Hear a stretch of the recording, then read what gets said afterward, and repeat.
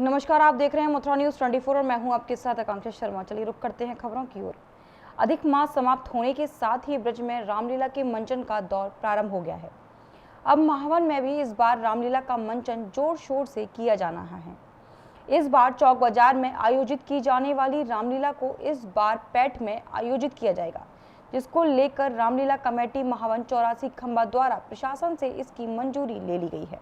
लेकिन इस बार ना तो राम बारात निकलने की परमिशन दी गई है और ना ही रावण दहन का कार्यक्रम आयोजित होगा, क्योंकि कोरोना महामारी को देखते हुए यह कदम उठाए गए हैं और इस बार रामलीला में 100 से ज्यादा लोग इसका मंचन नहीं देख सकेंगे। जो है रामलीला की लेके आए हैं। हर वर्ष जो है बाजार में होती थी, चौक बाजार में। अब कोरोना की स्थिति को देखते हुए हमारे दरवाजे पे वहाँ पे शॉर्ट में रामलीला का आयोजन किया जाएगा। ये जो है 16/10/20 से 22/10/20 तक चलेगा। 16 से लेके 22 तारीख तक चलेगा। तो पहले जहाँ पे होती थी वहाँ जगह नहीं थी क्या? तो स्थान नहीं, ऐसा है कि वहाँ भीड़ भाड़ होती थी, जगह भी कम है। कोरोना की स्थिति को देखते हुए वहाँ जो है, वैसे तो हम जो है अधिक भीड़ नहीं करेंगे। तो जो आपका रामलीला होगी, जो दशहरा होगा, उसमें रावण को लेकर जो स्थिति रहेगी, किस तरह से वहाँ पे मतलब क्या परमिशन रहेगी? नहीं, ऐसा है कि रावण का वो जो है वध नहीं होगा। अब की बार नहीं, अब की बार नहीं होगा। महावन में नहीं होगा। हाँ, महावन में नहीं होगा। महावन तो केवल दशहरा किस तरह से मनाया जाएगा? मतलब रामलीला ही होगी केवल शॉर्ट में मनाया जाएगा। आगे जो है जैसे साहब से सेटिंग होगी उस हिसाब से। कुल मिला के इस बार रावण का पुतला दहन नहीं किया जाएगा। हाँ, फिलहाल तो प्रोग्राम ऐसा ही है। आगे भी पता साहब की एसडीएम साहब या हमारे इंस्पेक्टर साहब। मजनुओं के खिलाफ झांसी पुलिस ने सख्ती दिखाना शुरू कर दिया है, जिसका उदाहरण आज उस समय देखने को मिला जब छेड़खानी करने पर एक मजनू को एंटी रोमियो टीम ने पकड़ लिया। इसके बाद सबक सिखाते हुए बीच चौराहे पर उसे मुर्गा बनाया और अपने साथ ले गई। दरअसल झांसी के टहरौली थाना क्षेत्र के मुख्य चौराहे पर मंचलों पर लगाम कसने के लिए एंटी रोमियो टीम मौजूद थी। इसी दौरान वहां एक मजनू किसी लड़की से छेड़छाड़ कर रहा था। तभी शोर मचाने पर एंटी रोमियो टीम हरकत में आई और महिला सिपाही ने छेड़छाड़ करने वाले युवक को पकड़ लिया। बताया जा रहा है कि नशे में धुत होने के कारण पकड़े गए युवक ने पुलिस की पकड़ से छूटने का प्रयास किया, लेकिन वह सफल नहीं हो पाया। मनचले को सबक सिखाने के लिए महिला सिपाहियों ने उसे बीच चौराहे पर कान पकड़कर पहले उठक बैठक लगवाई, उसके बाद मुर्गा बनाया। पुलिस द्वारा मनचले को सबक सिखाने का वहां मौजूद लोगों ने वीडियो बना लिया। हालांकि पुलिस आरोपी को पकड़कर अपने साथ ले गई और मुकदमा दर्ज कर जेल भेज दिया है। पूरे जनपद में महिलाओं की सुरक्षा और बच्चों की सुरक्षा के लिए अभियान चलाया जा रहा है। एंटी रोमियो स्क्वाड्स और शक्ति मोबाइल्स को एक्टिवेट किया गया है। इस क्रम में कई थानों में कार्रवाइयाँ की गई हैं। थाना टहरौली में भी इससे अंतर्गत एक अभियोग पंजीकृत किया गया है। बताया गया है कि एक व्यक्ति शराब के नशे में महिलाओं से अभद्रता कर रहा था, उसके विरुद्ध आईपीसी के अंतर्गत कार्रवाई की गई है। विस्तृत आख्या क्षेत्राधिकारी टहरौली से मांगी गई है। उपलब्ध होने पर और जानकारी आपको प्रदान की जाएगी। सहारनपुर के जनता रोड पर स्थित ग्राम सरकंडी शेख में सादाब के द्वारा जनता फिटनेस क्लब जिम बनाया गया, जिसके उद्घाटन के मौके पर पूर्व एमएलसी उमर अली खान व सपा वरिष्ठ उपाध्यक्ष फरहाद आलम गाड़ा को अतिथि के रूप में आमंत्रित किया गया, जिसमें समाजवादी पार्टी के वरिष्ठ उपाध्यक्ष फरहाद आलम गाड़ा ने कहा कि भागदौड़ की जिंदगी में अब इतना व्यस्त हो गए हैं कि शरीर का ध्यान रखना ही छोड़ दिया है। सभी को अच्छी सेहत के लिए व्यायाम जरूर करना चाहिए। फिटनेस सेंटर खोले जाने से निश्चित ही इस क्षेत्र की जनता को लाभ होगा, क्योंकि दूर होने की वजह से ग्रामीण क्षेत्रों में युवा शहर में जाकर व्यायाम करने से वंचित रह जाते हैं। बहुत मुबारकबाद देना चाहूँगा मैं शादाब भाई को कि आज ये जनता फिटनेस जिम जो आज यहाँ पे इन्होंने खोला है, इसकी मुबारकबाद बहुत बहुत। और ये हकीकत है कि हम लोग आज इतने व्यस्त, हमारी पूरा का पूरा शेड्यूल हो चुका है कि हम लोगों को टाइम नहीं मिलता कि हम लोग अपनी सेहत पर ध्यान दें। और ये बहुत अच्छी पहल है कि ये आपने इस रोड के ऊपर मेरे ख्याल से पूरे इलाके के अंदर पहला जिम इन्होंने खोलने का काम करा है। और इससे अच्छा एक्टिविटी आदमी की कुछ ना कुछ आदमी को रहनी चाहिए, करनी चाहिए। आदमी को फिट रहना चाहिए और उसके लिए जो है आदमी को यहाँ पे जिम के अंदर आकर यहाँ करने का मौका मिलेगा। तो मैं बधाई दूंगा इनके मालिक को, शादाब भाई को, कि इन लोगों ने ये पहल करी। जिस तरह से ग्रामीण क्षेत्र में ये जिम खुला और शादाब भाई मुबारकबाद की मुस्तहिक है कि उन्होंने यहाँ ग्रामीणों के लिए जिम खोला। जिम करने से व्यायाम करने से एक तो बीमारी दूर होती है, बीमारी के साथ साथ हमारा तन हो मन हो वो स्वस्थ रहता है। और जब इंसान का तन मन स्वस्थ रहेगा तो पूरा इंसान फिट रहेगा। तो आप सभी ग्रामवासियों को, सादाब भाई को बहुत बहुत मुबारक, और सभी साथी, सभी नौजवान यहाँ पे आएँ और जिम करें और बीमारियों को दूर भगाएं। खैर नगर पालिका के निकट एक मिठाई की दुकान पर कई युवकों ने 2 लोगों पर फायरिंग कर दी। सरे बाजार हुई इस फायरिंग में बाजार में अफरा तफरी मच गई। दरअसल खैर नगर पालिका के निकट एक मिठाई की दुकान पर रसूलपुर निवासी रोहताश पुत्र राजपाल सिंह व नगला मुन्नी लाल निवासी नरेंद्र पुत्र छत्रपाल सिंह मिठाई खरीदने पहुंचे, जहां पहले से मौजूद युवकों से उनकी नोकझोंक हो गई। युवकों ने बाहर खड़े अन्य साथियों को बुलाया और युवकों ने दोनों को पकड़ लिया और पीटने लगे। वहीं विरोध करने पर युवकों ने हवाई फायरिंग शुरू कर दी। एक गोली निशाना बनाकर रोहताश पर चलाई, जो उसके हाथ में लगी। गोली लगने से हाथ लहूलुहान हो गया। सरे बाजार हुई फायरिंग से मुख्य मार्ग पर हड़कंप मच गया। वहीं राहगीर अपनी जान बचाते हुए दौड़कर दुकानों में छिप गए। सूचना पर सीओ मोहसिन खान, एसएसआई योगेंद्र सिंह धामा चौकी इंचार्ज एसपी वर्मा मैं फोर्स के साथ पहुंच गए, जहां पुलिस को देख फायरिंग करने वाले युवक फरार हो गए। राहगीरों ने एक युवक को पकड़ लिया और जमकर पिटाई की। बाद में युवक को पुलिस के हवाले कर दिया। पूछताछ में युवक ने अपना गांव शहरी थाना गोंडा बताया। घायलों को सीएचसी से अलीगढ़ रेफर किया गया है। सीओ खैर मोहसिन खान ने बताया कि फायरिंग प्रकरण में हमलावरों के खिलाफ अभियोग दर्ज किए जाने की कार्रवाई की जा रही है। थाना क्षेत्र में गुंडई करने वालों के खिलाफ कड़ी कार्रवाई की जाएगी। निर्भय दिन दाड़े कट्टा थे। कौन से गांव के रहने वाले? कौन से गांव के? शहरी के बता रहे, शहरी के।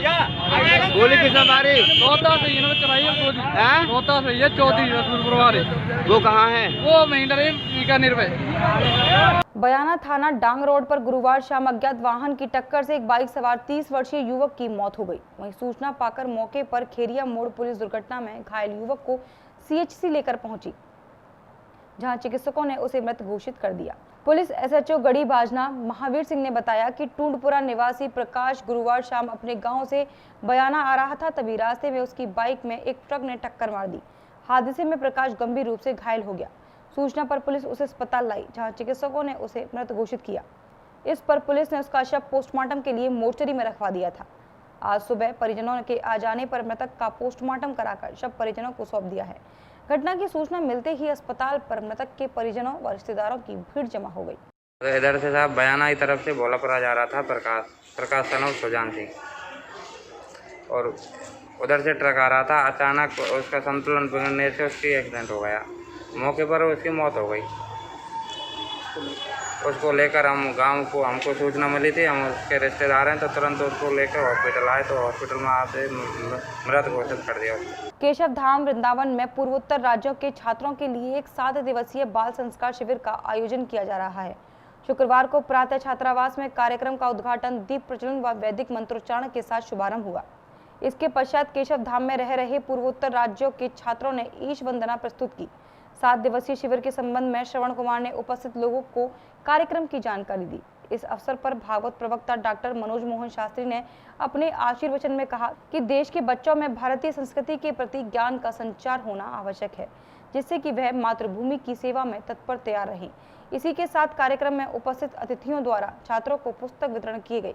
हम में जो है, जो असम के सुदूर और दूर के जो बच्चे हैं, जिनको मैं समझता हूँ कि ठीक प्रकार से हिंदी भी नहीं आती है, परंतु इस शिविर के माध्यम से बाल संस्कार शिविर का 7 दिन का यहाँ पर आयोजन किया जा रहा है, जिसके द्वारा बालकों के अंदर में देश के प्रति भक्ति, राष्ट्र के प्रति भक्ति, माता पिता के प्रति भक्ति और पितृभक्ति, इन सब का ज्ञान जो है इस शिविर के द्वारा किया जाएगा। और इसमें जैसे बच्चों के अंदर में मान लीजिए 16 संस्कार कितने होते हैं, कुंभ कहाँ कहाँ लगते हैं, और गीता के माध्यम से संस्कृत और संस्कृत के माध्यम से गीता, तो इन तमाम बातों का जो प्रशिक्षण है वो 7 दिनों में यहाँ पर बच्चों को दिया जाएगा। इसके संयोजक कौन है शिविर के? इसके संयोजक हैं आपके जो हैं परम श्रद्धेय हेमता शास्त्री जी, मथुरा है, उसी के सानिध्य में यह शिविर चलेगा। अलीगढ़ स्मार्ट सिटी में जनता मूलभूत सुविधाओं से वंचित है, जिसे लेकर मोहल्ले के लोगों ने शिकायतों का अंबार लगा दिया। लोगों ने बताया ना कोई झाड़ू वाला, ना नाली सफाई करने वाला और ना कूड़ा उठाने वाला आता है, और जो रास्ते में कुछ पुलियां टूटी हुई हैं उनको भी मरम्मत करने वाला कोई नहीं आता। और करीब 100 मीटर के फासले पर कूड़े का अंबार पड़ा है, जिसकी वजह से मोहल्ले में बहुत सारे लोग बीमार हो गए हैं। इन्हीं सब समस्याओं को लेकर मोहल्ले के लोगों ने प्रदर्शन किया।